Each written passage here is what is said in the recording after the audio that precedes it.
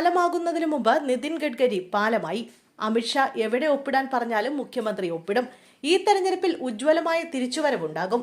UDF മുമ്പെങ്ങുമില്ലാത്ത വിധം മുന്നൊരുക്കം ഇത്തവണ നടത്തിയെന്ന് പ്രതിപക്ഷ നേതാവ് VD സതീശൻ. ശബരിമല ഏറ്റവും പ്രധാനപ്പെട്ട വിഷയമായി അന്തരീക്ഷത്തിൽ നിൽക്കുന്നു. മുഖ്യമന്ത്രിയുടെ വിശ്വസ്തരാണ് ജയിലിലായത്. നടപടിയെടുക്കാൻ പോലും ഭയമാണ്. അവർ പുതിയ നേതാക്കളുടെ പേര് പറയുമോ എന്നാണ് പേടി. SITക്ക് മേൽ സമ്മർദ്ദമുണ്ട്. അല്ലെങ്കിൽ മുൻ ദേവസ്വം മന്ത്രിയെ ചോദ്യം ചെയ്യേണ്ട സമയം കഴിഞ്ഞുവെന്നും സതീശൻ പറഞ്ഞു.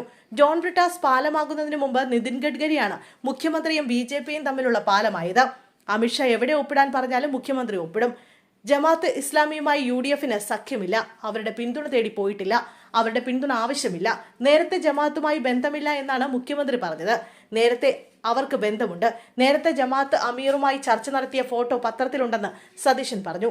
SDPI പിന്തുണ LDFന് ഉണ്ടായിട്ടുണ്ടെന്ന് സതീശൻ പറയുന്നു. VS മുഖ്യമന്ത്രിയായ കാലത്ത് പാഠപുസ്തക സിലബസ് വിഷയത്തിൽ മുസ്ലിം സംഘടനകൾ ജമാഅത്തിനൊപ്പം ഒരുമിച്ചിരുന്നുവെന്നും VD സതീശൻ ആരോപിച്ചു. കഴിഞ്ഞ ലോക്സഭാ തെരഞ്ഞെടുപ്പ് വരെ ന്യൂനപക്ഷ പ്രീണനമായിരുന്നു LDFന്.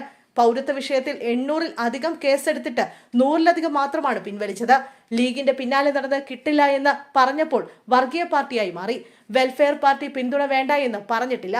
അവർ പിന്തുണ തന്നു, അത് സ്വീകരിച്ചു. രാഹുൽ വിഷയത്തിൽ പരാതി പോലും വരാതെ ഞങ്ങൾ സസ്പെൻഡ് ചെയ്തു. പരാതി വന്നപ്പോൾ പോലീസിനെ കൈമാറി. AKG സെന്ററിലെ പോലെ പൊതിഞ്ഞു വെച്ചില്ല.